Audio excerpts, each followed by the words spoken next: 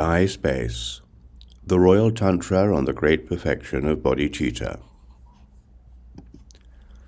We are born due to a cause. On the level of self-originating, we must strive for the experience of spontaneous realization. For the experience of the uncontrived, we contrive a clinging at duality. For an experience that is beyond discussion, we say things in words.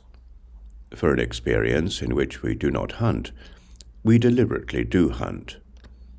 Upon generation, the mandala of our awareness is one. The four who generate in stages are deluded. They invite us to places where there is no one else, and yet they search for another, as if it did not come from themselves. For something that we do not travel for, they gradually travel.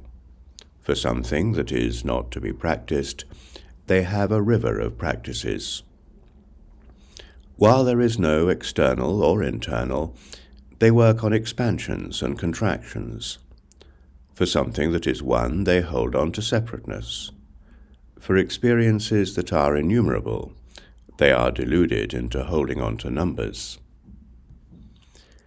In the wisdom that is beyond exaggeration and depreciation, we turn back the praise and blame that are the extremes of our demarcations.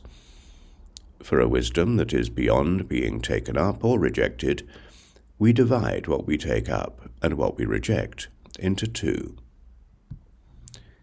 We use the stages of any methods that may be appropriate to break off the irons for those who have clinging minds, but we seem to be ensnared by the habitual patterns of our immersions.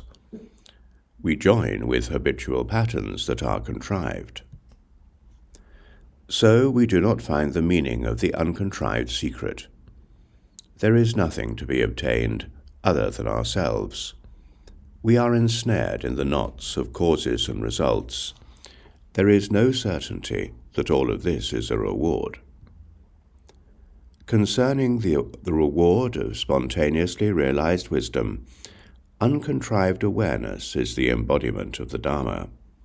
Perfect pleasure is the embodiment of great bliss.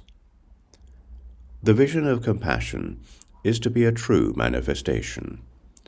Like the jewel of Takshaka, without gathering anything, we abide in spontaneous realization. We do not abide by a river of quests.